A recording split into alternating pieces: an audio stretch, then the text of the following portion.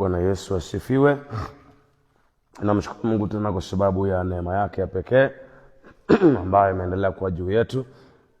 Namshukuru Mungu sana kwa sababu ametupa kuwa tena asubuhi ya leo. Namshukuru Mungu sana kwa sababu ya kila mmoja. Mungu ametupa neema, tunaendelea. Mungu akubariki sana wewe ambaye tumeendelea kuungana katika ibada hizi kwa njia ya mtandao, ambapo tumekuwa tunaungana kwa njia nyingine. Mungu akubariki sana sana sana sana. Hautakuwa mtu wa kawaida, and I'm praying for you that 2026 usiwe mtu wa kawaida. You have to become an extraordinary. Yeah, so that you may do an extraordinary things in the name of Jesus. So, acha tuendelee tena asubuhi ya leo. Let me thank God, then tuendelee. Baba, katika jina la Yesu, ninakushukuru sana kwa neema yako. Asante kwa pendo lako Bwana. Alfajiri tena ya leo umetupa neema ya kuwepo mahali hapa tena Bwana, katika madhabahu yako takatifu. Mfalme, ni kwa neema yako Bwana imekupendeza Mungu. Baba, ninakushukuru sana kwa sababu ya vile umekuwa pamoja na sisi. Yesu, imegharimu damu yako ili tuwe hai, imegharimu mkono wako ili tuwe salama. Basi Bwana wangu na Baba yangu, ninakupa utukufu na sifa na heshima, kwa sababu ni kweli Bwana unastahili sana sifa za mioyo yetu Bwana. Baba yangu na Mungu wangu, nimekuja kwako kama tulivyo Bwana, kama nilivyo, nikiomba neema yako Mungu mtakatifu tena asubuhi ya leo, kwamba Bwana wangu na Baba yangu kaendelee kuzungumza nasi tena kwa mara nyingine katika jina la Yesu.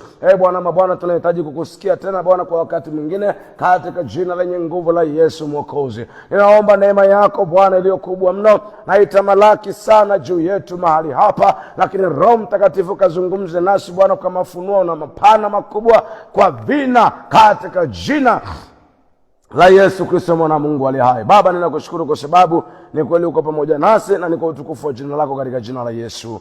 Amen. Basi wacha tuendelee, ndugu yangu mtumishi wa Bwana, tukapate kuendelea na kile ambacho Roho Mtakatifu anatupa kuendelea nacho. Na tumefika sasa mahali ambako tumeona kwamba Adamu na Hawa wamedanganywa na nyoka na wamekula lile tunda.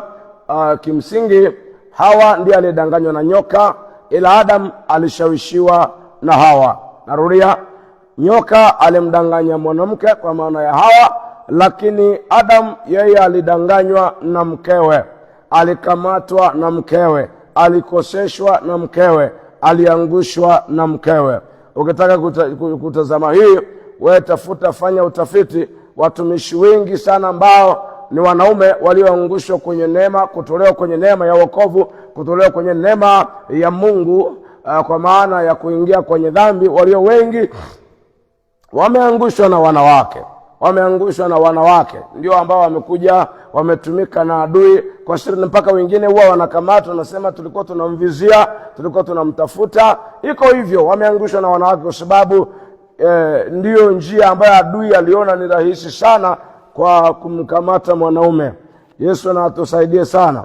Takuambia mambo mengine kule mbele. Sasa Biblia inasema kwenye mstari wa 10 kwamba wakajificha ili kwamba Mungu asiwaone. Mstari wa 8 unasema, kisha wakasikia sauti ya Bwana Mungu akitembea bustanini wakati wa jua kupunga. Unasema Adam na mkewe wakajificha kati ya miti ya bustani Bwana Mungu asiwaone. Akili yao iliwaambia kwamba wakijificha Mungu hatawaona. Haya, Mungu naye akaja, alivyokuja akauliza, yani kama vile hawaona, lakini anataka kujua majibu yao. Nataka kusema na wewe hivi kwamba inawezekana Mungu aliuliza lile swali si kwa sababu walikuwa hawaoni. Sikiliza, Mungu alikuwa anaona vizuri sana. Maana macho ya Mungu yanaona kila mahali na wakati wowote. Hayategemei umbali, maana anaona moyoni, atashindwaje kukuona mwilini? Sasa Biblia inasema Bwana Mungu akamwita Adamu akamwambia, uko wapi? Siku zote Mungu alipokuwa anawatembelea, kama ilivyokuwa desturi yake kuwatembelea wakati wa jua kupunga, hakuna siku ambayo tunasoma kwamba Mungu alikuja akamuuliza Adamu, uko wapi? Lakini once alipokosea, wakati alipoifanya dhambi, Mungu anamuuliza uko wapi. Ni kwa nini? Si kwa sababu hamuoni, no, ni kwa sababu the glory that was covering Adam and Eve was not there. Ilishaondoka, ili evaporate. Ule utukufu ambao ulikuwa unamfunika Adamu na Hawa, Adamu na Eva, haukuwepo tena. So na Mungu aliwaona akijua kabisa wameshakosea. Wakati wanakosea Mungu alikuwa anawaona. Kwa nini? Sasa utajiuliza kwa nini Mungu hakuwazuia. Nilisema juzi na nirudie tena, Mungu amemuumba mwanadamu kwenye ukamilifu wote. Ndio maana anachofanya ni kukuonya, wala hakuzuii kufanya. Anachofanya ni kukuonya kwa sababu alikuumba akakupa kila kitu. Tunakwenda sawa sawa. Naomba niseme jambo hili kwamba Mungu alipoumba mwanadamu alimuumba kwa ukamilifu kabisa. Ndio maana Mungu hakuweka utaratibu wa kuishi na wanadamu mbinguni. Nafasi ya wanadamu mbinguni haikuwepo. Ngoja niseme tena kwa nguvu. Nasema hivi, nafasi ya wanadamu haikuwepo mbinguni from the origin. Tangu alipoumba, tangu asili, Mungu hakuweka nafasi ya wanadamu kukaa mbinguni, haikuwepo. Tanisamehe, lakini narudia tena na kuhakikishia katika roho wa Bwana, ujue ya kwamba Mungu hakuweka nafasi ya wanadamu kukaa mbinguni, haikuwepo kabisa. Ndio maana Yesu anapokuja anasema nyumbani kwa Baba kuna makao. Anasema na mimi ninaenda. Kwanza anasema naenda kuwaandalia makao. Na nikishamaliza nitarudi niwachukue. Kwa nini anaandaliwa sasa? Ni kwa sababu hayakuwepo tangu mwanzo. Kuna mahali kwenye kitabu cha Zaburi Biblia inasema mbingu ni mbingu za Bwana, bali dunia amewapa wanadamu. Mungu alitupatia dunia tukae humo milele. Nafasi yetu mbinguni haikuwepo kabisa. Nafasi ya mwanadamu mbinguni haikuwepo. Mungu hakuweka utaratibu kama mwanadamu kuna siku ataishi mbinguni. Hakuweka hiyo kitu kabisa. Aliweka mwanadamu yeye ni wa duniani. Dunia ndio ilikuwa makao ya mwanadamu milele. Lakini kwa nini mwanadamu sasa inabidi ahame? Ni kwa sababu mwanadamu mwenyewe alihandover dunia. Alihandover dunia kwa Ibilisi. Narudia tena nisikilize. Kwa nini sasa mwanadamu inabidi aondoke duniani, afe? Na je, unadhani Mungu asingemwacha mwanadamu aendelee kukaa duniani? Mungu aliona mwanadamu hawezi kuendelea kukaa duniani mahali ambako tayari ameshai handover sheria. Mungu ni wa kanuni na taratibu. Kanuni zinasema ukila tunda la mti wa katikati utakufa. Kanuni haivunjwagi mbele za Mungu, kanuni haivunjwi. So Adamu na Hawa walipokula lile tunda, kanuni kuu ilikuwa lazima iwakamate, au mshahara wa kula tunda ilikuwa lazima iwakamate. Sasa Mungu anawapatia nafasi hapa, pengine bila wao kuelewa kwamba hii ni nafasi wamepewa ya kurekebisha hali ya mambo. Narudia tena, Mungu anawapatia nafasi hapa, pengine bila wao kujua kwamba hii ni nafasi wamepewa ya kurekebisha mambo, kurekebisha hali ya mambo jinsi ilivyo. Mungu anapomuuliza Adamu na Hawa, uko wapi? Anapomuuliza Adamu, uko wapi? Ni kwa sababu yeye ndiye aliyempa agano. Hakusema mko wapi wewe Adamu na Hawa, mko wapi? Hapana, aliuliza Adamu, uko wapi? Kwa nini? Wewe ndiye nilikupa maagizo. Maagizo nilikupa wewe. Wewe ndio ninayekutambua kwa sababu maagizo nilikupatia wewe. Ndio maana Mungu anahakikisha kwamba kila binadamu duniani anaisikia Injili. Kwa nini? Ili asije akasema mimi sikusikia. Tunakwenda vizuri? Narudia tena, hata mtu ambaye anakataa kuokoka ni kwamba anakausha shingo, lakini Mungu anahakikisha kwamba everyone of the human, yani among the human, everybody must hear the gospel. Lazima asikie kwanza Injili kabla ya ule mwisho kuja. Kwa nini? Ili asiwepo wa kusema sijui. Maana kila mtu atahukumiwa according to kile amesikia. Hakuna mtu atahukumiwa pasipokuwa ameshasikia. Maana kile usichokijua hakikuhukumu. Narudia tena, kile usichokifahamu hakikuhukumu. Achana na sheria za kibinadamu, katiba za kibinadamu, no, lakini sheria za kimbingu. Kile usichokijua hakikuhukumu. Tunakwenda sasa. Ndio maana Mungu anampa nafasi kila mtu asikie Injili. Usipoisikia kwa mdomo wa kawaida, kwa sauti ya kawaida, utaisikia kwa njia ya redio. Usiposikia kwa njia ya redio, utasikia kwa njia ya television yako. Usiposikia kwa njia ya television yako, basi utasikia hata kwa njia ya simu yako. Lakini hata kisha unasikia Yaani lazima usikie. Kwa nini? Kwa sababu kila mtu atahukumiwa siku ile sawa sawa na kile alichosikia. Na maana Yesu anafika mara anasema, kama nisingekuja na kusema na wao wasingekuwa na udhuru, wasingekuwa na shida, lakini kwa kuwa nimekuja na nimesema na wao, hawana udhuru tena. Yesu asifiwe. Kwa Mungu anampatia Adamu na Hawa nafasi ya kurekebisha hali ya mambo kwa kumuuliza, Adamu, uko wapi? Wewe ndiye ninayekutambua kwamba nilikupa agano, nilikupa utaratibu wa namna ya kuishi Edeni. Wewe ndiye ninayekutambua huyo mwingine yeye anafaa kufuate wewe. Lakini wewe nilikupa agano, nilikupa utaratibu. Haya, niambie, uko wapi ule utaratibu? Uko wapi ule utaratibu? Yale makubaliano yako wapi? Kwenye nafasi yako ya kutekeleza tulichokubaliana, mbona sikuoni? Mbona umefanya tofauti? Uko wapi? Sasa nieleze mwenyewe uko wapi? Sasa Adamu amepewa nafasi ya toba na kurekebisha hali ya mambo. Tunakwenda vizuri. Amepewa nafasi ya kurekebisha hali ya mambo. Badala arekebishe, anafanya mbaya zaidi. Yesu na atusaidie sana. Adamu amepewa nafasi ya toba hapa. Amepewa hiyo nafasi ya pekee ya kutubu. Anaulizwa, uko wapi? Yeye alipaswa aseme, Bwana Mungu wangu, mimi nimefanya dhambi, nimekukosea, nimekula lile tunda uliloniambia nisile, na sasa Baba, nimekuja kwako na kuomba tafadhali, Baba yangu, nisamehe. Ndicho alichopaswa kufanya. Mimi naamini kwamba Mungu angempatia Adamu nafasi nyingine, lakini kinyume chake, Adamu anapoulizwa uko wapi, angalia majibu yake. Mstari wa 10, akasema, nalisikia sauti yako bustanini, nikaogopa, kwa kuwa mimi ni uchi, nikajificha.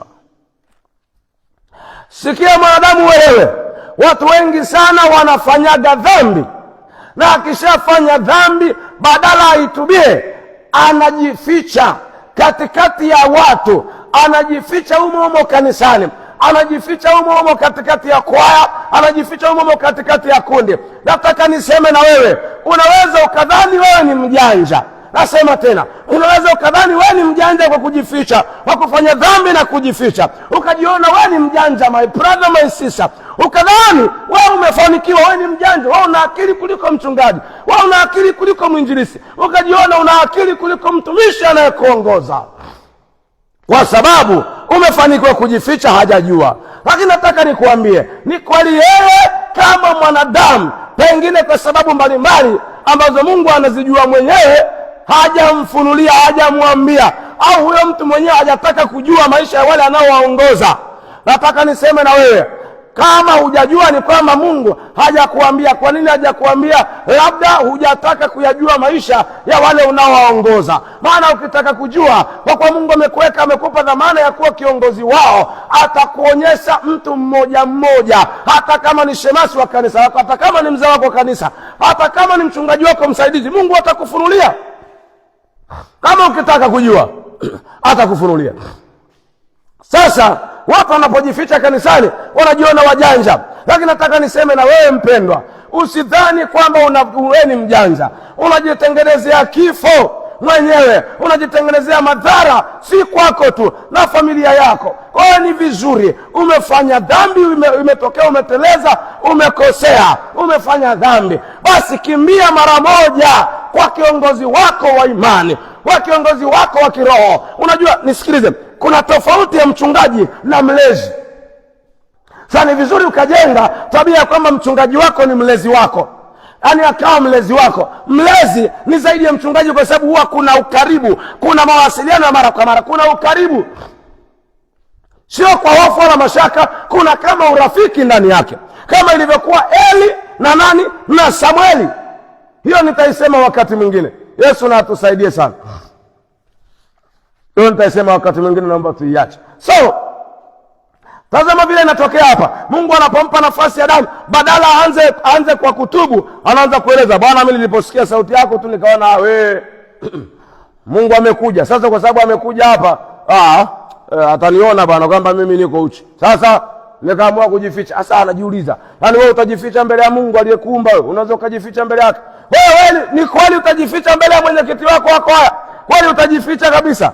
Unajua kabisa, unajua ulichokifanya, unaelewa, lakini utajificha. Ni kweli utajificha kwenye macho ya watu, kwa sababu Mungu hajaamua kuwafunulia. Wao hawajataka Mungu awafunulie, hawajataka Mungu awaonyeshe. Lakini nataka nikuambie hivi kwamba kweli utajificha mbele za macho yao, lakini mwisho wa siku uangamivu mbaya unakufuata. Usidhani waliharibu kundi la Bwana, wao mwenyewe ndio unajiharibu. Yesu na atusaidia. Kwa Adamu na Hawa, badala watubu, Adamu anaanza kutoa maelezo. Mungu akamuuliza mstari wa 11, akasema, ni nani aliyekuambia ya kuwa uchi? Je, umekula wewe matunda ya mti niliyokuagiza usiale? Mungu anamuuliza. Hadi yote haya maswali Mungu anamnunulia Adamu muda wa toba. Anamunulia Adamu muda wa toba. Anaendelea kuongea naye. Anapoongea naye anataka moyo wa Adamu urudi kwenye toba, urudi msalabani. Kama ambavyo hata leo unasikia Injili, mara nyingi unaposikia maonyo, ni Mungu anakununulia muda utubu. Mungu anakununulia muda urekebishe mambo, lakini badala yake ni kwamba unaendelea kujisifia, unajisifia, unajua kujificha, wewe ni mjanja, wewe ni vile, upati mimba au hauzalishi wasichana kwa sababu wewe ni mjanja. Sawa, endelea, sawa. Au kama tuna polisi ukiuza bangi, au kama tuna polisi ukiuza madawa kulevya kwa sababu unajua na wewe ni mjanja, au unakula na wao, sawa, sawa kabisa, endelea. Lakini nataka nikuambie kwamba hapa Mungu anakununulia muda kuendelea kuwepo na kuendelea kusikia habari za Injili. Mungu anakununulia muda utubu. Mungu anakununulia muda wa kutubu. Wanapozungumza na wewe muda mrefu ni ili upate kutubu. Unajua kabisa ulivyo mrogi. Anajua wewe unajijua kabisa ulivyo mrogi. Na Mungu anazungumza nawe mara kwa mara, ubadilike. Unajijua kabisa jinsi ambavyo uko mkorofi. Unajijua kabisa jinsi unavyopigaga mke wako, unajielewa. Na Mungu anakusema na wewe mara kwa mara, anakununulia muda wa toba. Na badala yake wewe unajiona mjanja. Mimi wewe sawa, wewe ndio sawa, wewe ndio sawa. Mungu anakununulia muda wa toba, lakini badala yake, badala ya kutubu, badala urekebishe mambo, unajiona wewe ni mjanja. Sasa hapa nisikilize, muhimu sana ukajua kwamba nafasi ya Mungu kuzungumza na wewe kuna wakati itakoma. Na hiyo nafasi ikikoma, ule muda ambao Mungu amekupa wa toba ukikoma, narudia tena, ukikoma, kitakachofuata unajua mwenyewe, utakishuhudia. Yesu na atusaidie sana. Sasa sura 11 Mungu anamuuliza, hebu niambie, nani amekwambia uko uchi? Na maana umeshakula ule tendo. Mungu anaendelea kumnunulia Adamu muda wa toba. Adamu badala ya kutubu anakuja na 12 anasema, Adamu akasema, huyo mwanamke uliyenipa awe pamoja nami ndiye aliyenipa matunda ya mti huo nikala. Sasa Adamu anafanya tukio lingine la ajabu sana hapa, mzee wetu huyu. Anafanya tukio la ajabu sana. Amenunuliwa muda mrefu kwa ajili ya toba. Badala yake anakuja na story nyingine, anakuja, vijana wanasema swaga. Anakuja na swaga nyingine, anasema hivi, bwana wewe, ni kama kumwambia Mungu, mimi singekosea, singekula tunda. Tatizo ni wewe uliyeniumbia mwanamke, ulimuumba huyo msaidizi, huyo mwanamke uliyemuumba, uliyemleta awe pamoja na mimi. Huyo ndiye aliyenipa tunda nikala. Kwa hiyo kwa lugha nyingine, kwa tafsiri ya ndani kidogo, anamwambia Mungu, kama usingenipa huyo msaidizi, usingenipa huyo mwanamke awe pamoja na mimi, kweli nisingekuwa nimekukosea. Adamu, mimi nimekupa chombo cha kukusaidia kazi, cha kukusaidia kazi ili uendelee kuwa imara, usichoke. Lakini kinyume chake unasema mimi ndo nimekukosesha. Sasa kwa sababu unasema mwanamke, badala yeye angeshuka tu, yani haitajalisha nani amekukosesha. Sasa nisikilize, inawezekana kabisa mtu anajitetea, mimi siku hata nimetaka kusex, lakini sasa yule kaka alinilazimisha. Kwa hiyo kwa sababu alikulazimisha, hautatubu. Kwa sababu alikulazimisha, eti dhambi yako kwake. Dhambi yako kwake. Sahau hiyo. Jamani, Bwana Yesu na atusaidie sana. Kwa hiyo Adamu anamshutumu Mungu kwamba wewe huyo mwanamke akarusha mpira, badala ya atubu anarusha mpira. Watu fulani walifanya dhambi ya zinaa. Sasa wakati wanashughulikiwa ile dhambi wanapaswa kurekebisha, anasema we sio mimi. Mmoja anasema sio mimi. Huyo kijana awaambia alilala na nani? Mimi sikuwepo. Yeye anasema jamani, ni huyu hapa. Jamani, ni huyu, ni yeye. Ambia binti anasema, mwambie natafute mtu alikuwa naye, sio mimi, sikuwepo kabisa. Sihusiki. Sasa nafasi unayopewa ni ya kurekebisha mambo. Unapoona mtumishi amekuita na kuuliza fulani, mbona kama ninaona ndani yako 1 2 3, acha kujitetea, kwa sababu hana ushahidi, hana ile handle, hana ile red handed evidence, hana ile ushahidi wa mkononi, hana. Kwa sababu hana ushahidi wa mkononi au wa picha, unabisha, unaruka, mimi sikunywa bia kabisa. Lakini unajua moyoni ulikunywa. Na kuambia unaweza ukadhani wewe ni mjanja, ukatoka hapo unajifuta mdomo. Kweli, lakini mwisho wa siku balaa linakufuata. Heri utubu mapema, Bwana anapokununulia muda wa toba, anapozungumza na wewe. Yesu asifiwe. So Adamu aliposema hivyo, Bwana Mungu akamwambia mwanamke, naye sasa anaona Adamu amekataa kutubu. Ngoja jaribu kwa huyo mwanamke. Sema Bwana Mungu akamwambia mwanamke, ni nini hili ulilolifanya? Mwanamke akasema, wala hata si mimi wala hata si usiki. Nyoka alinidanganya mimi nikala. Nyoka alinidanganya. Yaani hakuna hata mmoja anataka kutubu. Tungesema Adamu kwa sababu ni mwanaume, kidogo ni mjeuri, kidogo yeye anaoga ubabe. Lakini mwanamke ambaye tungetegemea ndiye mnyenyekevu, mtu wa machozi, hata yeye mwenyewe anasema wala hata sio mimi, ni nyoka. Kama usingeumba nyoka, mimi wala nisingekulaga ile tuna. Lakini tatizo wewe uliruhusu nyoka, ulimuumba nyoka akawepo. Sasa mimi ningefanyaje? Kaja akanidanganya. Unajua kabisa unadanganywa. Maana yeye mwenyewe anakiri, nyoka alinidanganya, sio hata alinishawishi, no, alinidanganya. Kwa hiyo ulijua kabisa unadanganywa. Kama ulijua unadanganywa, kwa nini usingekataa? Nataka nizungumze na wewe na nirudie tena. Nisikilize. Baba wa mema, au nitumie lugha hii ya mama wa mema ni moyo wako, na mama wa mabaya ni moyo wako. Moyo wako, kwa nini? Kwa sababu moyo wako unazaga tamaa. Moyo wako unazaga tamaa. Unazaa tamaa baada ya kupewa taarifa na macho, masikio au kupapasa, mpapaso. Unapewa taarifa. Ukishapokea taarifa, moyo unazaa tamaa hapo hapo. Mimba ya moyo inatokana na macho au masikio. Mimba ya tamaa ndani ya moyo inatokana na macho, masikio au mpapaso, mguso. Moyo ukishazaa, immediately ile taarifa inapoingia moyoni inazalisha tamaa. Tamaa, yani moyo unazaa mara moja, unazaa kwa haraka, unazaa tamaa. Tunakwenda sawa sawa. Tamaa iko mara mbili. Kuna tamaa A na tamaa B. Sasa tamaa B ndio huaga ina kielele cha kuzaliwa zaidi. Tamaa A ni ile ya kusikia mema na kutamani ufanye yale mema, lakini mara nyingi sana huwa inazaliwa kwa uchache. Kwa uchache sana, uzao wake ni mgumu mno kupatikana kwenye moyo. Sasa tamaa B ndio huwa inazaliwaga haraka kwa urahisi zaidi. Tamaa B hii inaitwa tamaa mbaya. Ile moyo unapopokea taarifa unazaa ile tamaa mara moja, tamaa ya kwamba nitaenda kufanya. Tuko sawa sawa? Sasa tamaa ikishazaliwa, na yenyewe waga ichelewagi kukua, inakomaa kwa haraka chap, alafu inakuwa imebeba mimba tayari.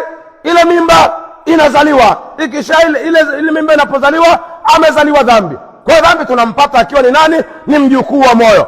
Tuko sawa sawa? Kwa nini? Dhambi yani tendo linafuata baada ya moyo wako kufanya maamuzi mabaya. Kwa dhambi imeshafanyika, huku inakuja udhihirisho tu. Tuko sawa sawa? Ndio maana nikasema Adamu na Hawa kula tunda, wao walidhihirisha dhambi ambayo tayari walishaifanya ya kukataa amri za Mungu na kuingia kwenye kujiongoza wenyewe.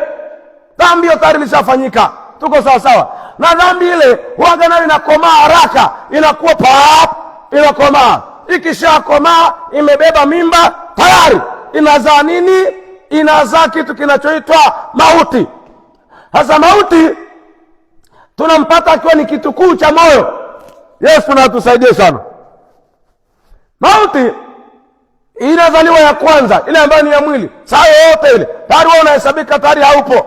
Lakini kuna mauti ile mbaya, mauti ya pili, ambayo sasa inafuatia mauti ya kwanza, ambayo ni jehanamu ya milele. Yesu na atusaidie sana.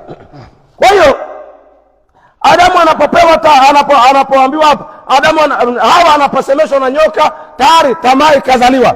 Ilipozaliwa hasa badala ya kutubu, anasema hapana, ni nyoka alinidanganya nikafanyaje, nikala. Hasa Mungu anaingia kwenye kipengele cha kwamba nimeshawapa muda, dakika zenu za toba zimeisha, mlango umefungwa.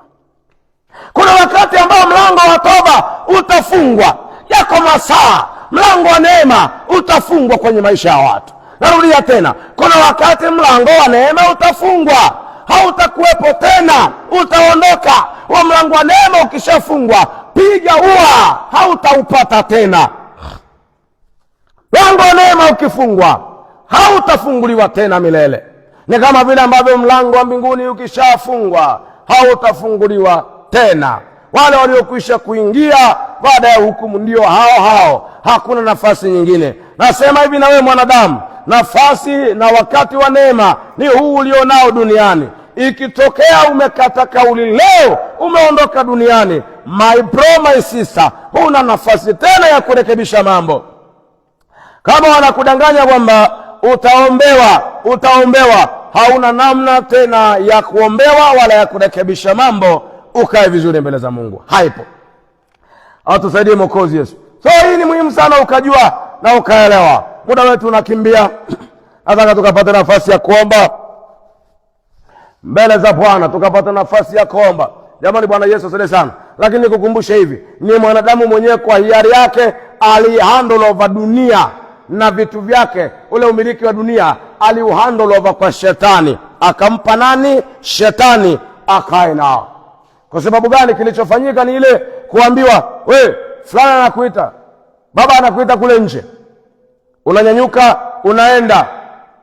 Unaponyanyuka, kumbe ile alikuwa anataka nafasi ya kukaa kwa sababu hakuna kiti. Anataka nafasi ya kukaa. Unapoenda hivi, yeye ameshaketi kwenye kiti. Ukirudi, hauna mahali pa kukaa tena. Ndicho kitu kilichofanyika kwa Adamu.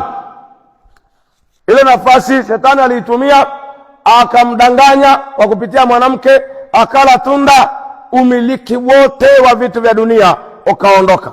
Na hii ndio kitu inatokea.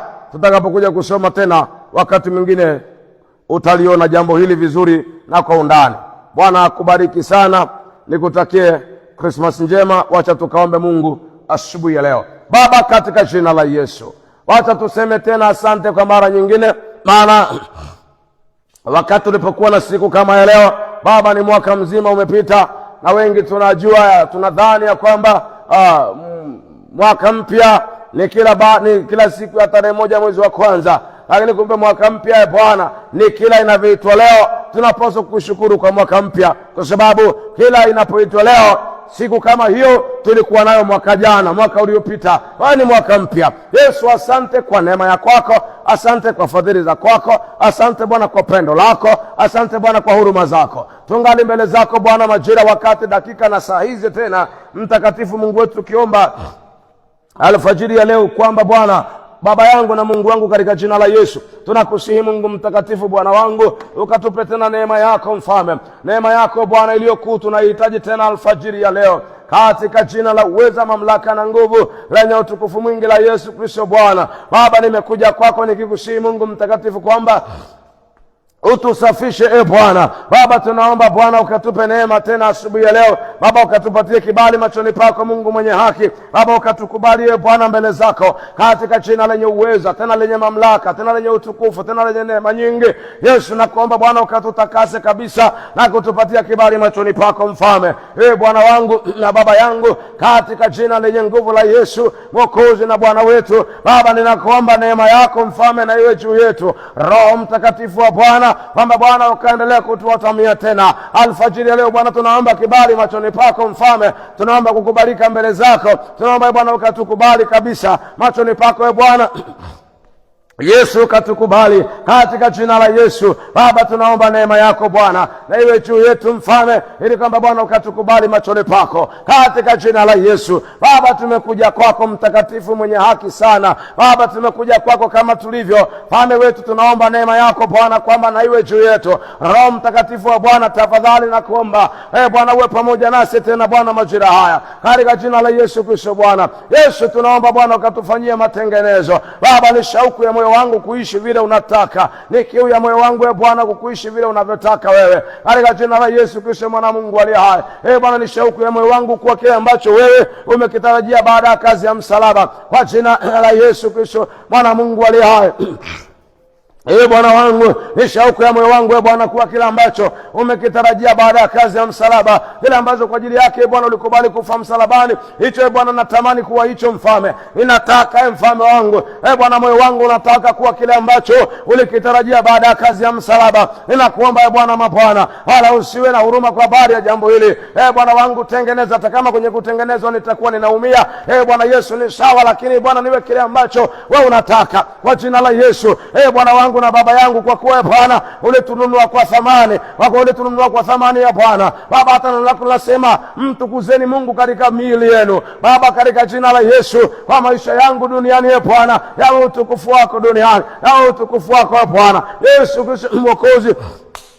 Kwa Bwana umetununua kwa thamani. Baba, tunakuomba katutengeneze Mfalme wa utukufu, na kuomba Bwana wangu na Baba yangu katutengeneze katika jina lenye nguvu la Yesu Mwokozi.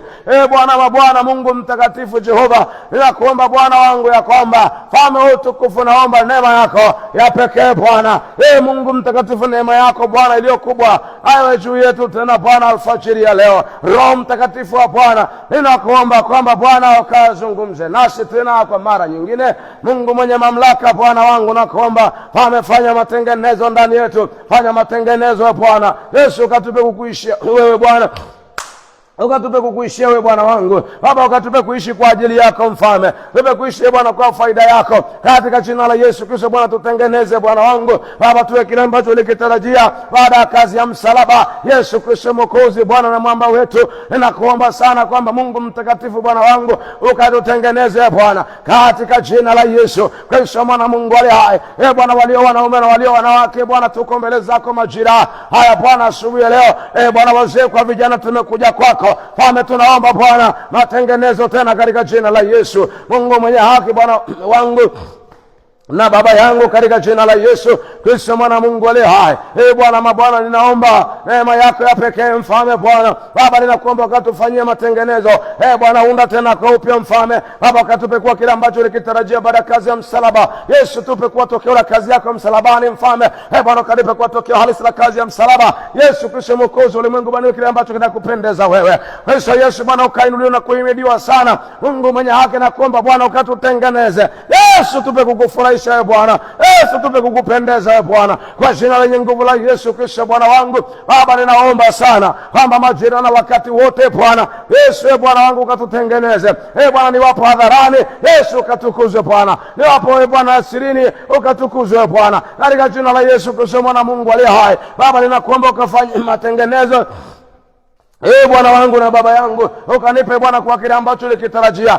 Yesu, tutengeneze, tengeneze yule dada, tengeneze yule baba, tengeneze yule mama, mtengeneze yule kijana, yule kaka, mtengeneze Bwana Yesu, ukampe kwa kile ambacho ulikitarajia baada ya kazi ya msalaba. Mpe Bwana kuwa furaha ya moyo wako Yesu, tutengeneze Bwana tuwe furaha ya moyo wako Mfalme alfajiri ya leo Bwana. Baba, nakuomba Mfalme ukatutengeneze Bwana wangu, kwamba moyo wako ukafurahishwe na kuwepo kwetu duniani Bwana, katika jina lenye nguvu la Yesu Kristo mwana Mungu aliye hai. Bwana wangu na Baba yangu, mimi ninakuomba Bwana ukatutengeneze Yesu Bwana, tuwe furaha ya moyo wako Mfalme duniani. Baba, ukafurahishwe na kuwepo kwetu duniani Bwana, moyo wako ukashangilie ya kwamba umetuweka duniani, moyo wako ukafurahia kwamba umetuweka duniani kwa jina la Yesu Kristo mwana Mungu aliye hai. Baba, ninaomba matengenezo Bwana ndani yetu Yesu, tunaomba kutengenezwa na wewe Yesu, tunaomba kibali Yesu, tunaomba kutengenezwa na wewe katika jina lenye nguvu la Yesu Kristo Mwokozi wa ulimwengu. Bwana wangu na Baba yangu, katika jina la Yesu Kristo mwana Mungu aliye hai, Bwana mabwana, mimi ninakuomba sana kwa jina lenye nguvu la Yesu Kristo, ya kwamba Bwana wangu ukatutengeneze mfalme Baba, ukatupe kuwa furaha ya moyo wako kwa jina lenye nguvu la Yesu Kristo. Bwana Yesu, tunaomba neema yako Bwana wangu Baba, tunaomba mfalme wetu, ya kwamba Bwana mkono wako ulio hodari, mkono wako Bwana wenye nguvu na mamlaka, mkono wako wenye uweza. Yesu, tunaomba neema yako Bwana Mungu mtakatifu na iwe juu yetu katika jina lenye nguvu la Yesu Kristo mwana wa Mungu uliye hai, Bwana wangu na Baba yangu. Baba, katika jina la Yesu ninakuomba sana kwamba mfalme wetu, naomba neema yako mfalme, Bwana wangu na Baba yangu, katika jina la Yesu Kristo mwana wa Mungu aliye hai. Bwana Yesu, ninaomba neema yako na iwe juu yetu Bwana, kwa jina lenye thamani kubwa sana la Yesu Kristo mwokozi aliye hai. Bwana wangu na Baba yangu, nakuomba kwamba Mungu mtakatifu Baba yangu, Bwana ukatupe neema. Yesu, tutengeneze. Yesu, tufinyange vile upendavyo Bwana, vile uonavyo ni vyema, vile nakupendeza. Yesu, tutengeneze. Bwana wangu, nakuomba tupe kuwa utukufu wako duniani, nipe kuwa furaha yako duniani, nipe kuwa shangwe ya moyo wako Bwana. Pendo omba katika jina la Yesu, tamani mwaka unaoanza wa 2026 Bwana akupe neema. Mungu akupe neema, sio mtu wa kawaida, katika jina la Yesu Kristo Bwana Mungu aliye hai. Bwana wangu na Baba yangu, katika jina la Yesu, neema yako Bwana wangu Yesu, nakuomba Bwana wangu na Baba yangu kwamba ukadhihirike Bwana, kwa jina lenye nguvu na la thamani la Yesu Kristo mwokozi. Baba, nakuomba ukadhihirike Bwana kipekee sana. Mungu mtakatifu, naomba Bwana wangu na Baba yangu kwamba ukajionyeshe. Yesu, tutengeneze, ukatupe kuwa furaha yako duniani, tupe kuwa shangwe ya moyo wako Bwana wangu na Baba yangu. Ninakuomba Bwana ukatupe kuwa furaha yako, tupe kuwa shangwe ya moyo wako Bwana Yesu, tupe kuwa furaha yako mfalme, katika jina lenye nguvu la Yesu Kristo mwokozi. Bwana wangu na Baba yangu, mimi nakuomba sana kwamba Bwana wangu ukatutengeneze mfalme Baba, tupe kuishi kwa ajili yako, tupe kuishi kwa faida yako duniani. Yesu, ukatutengeneze Bwana, ukatupe kuishi kwa ajili yako duniani, ukatupe Bwana kuishi kwa ajili yako duniani, kwa faida yako Baba, tuwe furaha ya moyo wako Bwana, ukafurahishwa na kuwepo kwetu duniani, katika jina la Yesu Kristo mwana Mungu aliye hai. Bwana wangu tutengeneze. Yesu, tupe kuwa furaha yako kama kanisa lako Bwana mabwana Baba, ukajivunie kuwepo kwetu duniani. Bwana wangu na Baba yangu, nakuomba kazi yako msalabani siwe kama hasara Bwana, lakini Yesu nakuomba Bwana ikawe faida kubwa kwako, katika jina la Yesu Kristo. Bwana ikawe faida kubwa kwako Bwana, kuishi kwetu duniani Bwana iwe ni faida kubwa sana kwako Mungu mtakatifu Bwana, kwa ufalme wako Bwana ikawe ni faida kubwa, katika jina lenye thamani na takatifu mno la Yesu Kristo Bwana wangu. Baba, ninakuomba kwamba ukatengeneze Bwana, ukafanye jambo jipya, katika jina la Yesu Kristo mwana Mungu aliye hai. Bwana wangu na Baba yangu, nakuomba Yesu kadhihirike Bwana katikati yetu. Baba, tunakuhitaji, tunamhitaji sana Roho wako Mtakatifu Bwana. Baba, tunakuhitaji wewe Yesu, tunakuhitaji wewe Baba, tunaomba neema yako tafadhali na iwe juu yetu tena Mungu mtakatifu Bwana, asubuhi ya leo. Yesu, tutengeneze Bwana, ukafurahishwa na kuwepo kwetu duniani. Baba, tunakuhitaji wewe, wewe tumekuelekea wewe, wewe tu Bwana na shauku na wewe, wewe tu Bwana nakuhitaji wewe Bwana alfajiri ya leo, katika jina lenye thamani kubwa sana la Yesu Kristo Bwana wangu. Mimi ninakuomba wewe Bwana wa Bwana, ya kwamba Jehova mtakatifu Bwana wangu, Mungu mwenye mamlaka, ninakuja mbele zako mfalme nikiomba ya kwamba Bwana wangu na Baba yangu, katika jina la Yesu Kristo mwana wa Mungu aliye hai, Bwana wangu na Baba yangu, mimi nakuomba Bwana ya kwamba Jehova mtakatifu Mungu wangu na Baba yangu, katika jina la Yesu Kristo mwana wa Mungu aliye hai, Bwana mabwana, nakuomba Mungu mwenye haki kwamba mfalme wa utukufu Bwana wangu Yesu, tumekuwa furaha yako duniani. Baba, tunakuhitaji wewe alfajiri ya leo mfalme, wewe ndio hitaji la mioyo yetu Bwana wangu, wewe ndio hitaji la mioyo yetu Bwana, tunakuhitaji wewe, tumekuja kutafuta uso wako Baba. Ninakuomba kwamba Mungu mtakatifu na uwe pamoja nasi mfalme. Baba, tunakuhitaji wewe Yesu, tunakuomba Bwana, kama ulivyoahidi mwenyewe ukaitimizia ahadi ya neno lako ya kwamba utafanya makao yako ndani yetu. Baba, tunakuomba ndani yetu ukae, kwa jina la Yesu Bwana, ukae ndani yetu mfalme. Bwana, ukatupe neema nasi nasi tukae ndani yako Yesu, kwamba ukainuliwe Bwana, kwamba ukaimidiwe Bwana kwa kuwepo kwetu Bwana duniani, katika jina la Bwana ukaimidiwe Bwana kwa ajili yetu Bwana Yesu, ukaimidiwe Bwana kwa kuwepo kwetu duniani Yesu, kwa kutuweka duniani ukatukuzwe katika jina la Yesu. Bwana wangu naomba ukajidhihirishe kabisa Bwana mabwana. Baba, tunahitaji kuona uwepo wako Bwana katikati yetu mfalme. Bwana, kila mara mfalme tusikie ukizungumza nasi, ukitupatia maelekezo katika jina lenye nguvu na takatifu mno la Yesu Kristo mwokozi wa ulimwengu. Bwana mabwana, ninakuomba sana kwamba Mungu mtakatifu Bwana wangu ukatutengeneze katika jina la Yesu. Yesu, tupe neema Bwana, tupe neema mfalme, neema yako na iwe juu yetu. Roho Mtakatifu Bwana ukazungumze nasi kwa jina la Yesu. Baba, fanya makao yako ndani yetu tafadhali Kristo Bwana, fanya makao yako ndani yetu, paka mahali pako pazuri ambapo Bwana unapenda kukaa.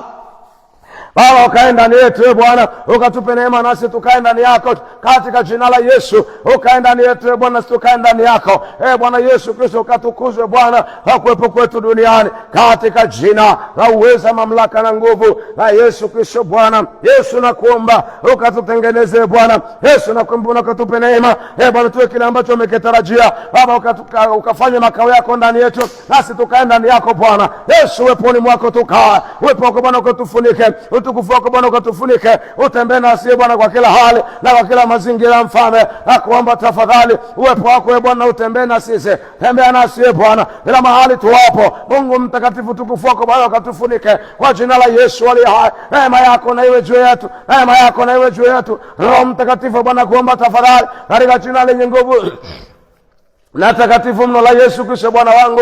Baba, ninakuomba sana kwamba ukatengeneze Bwana, umba jambo jipya ndani yetu, umba jambo jipya ndani yetu kwa jina lenye nguvu la Yesu Kristo mwokozi wa ulimwengu.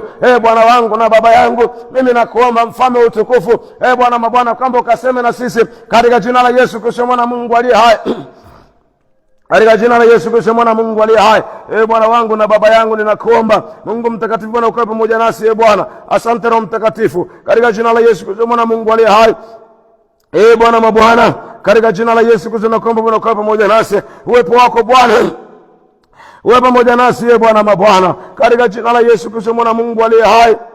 Naomba Bwana ukae pamoja nasi katika jina la Yesu Kristo mwana Mungu aliye hai.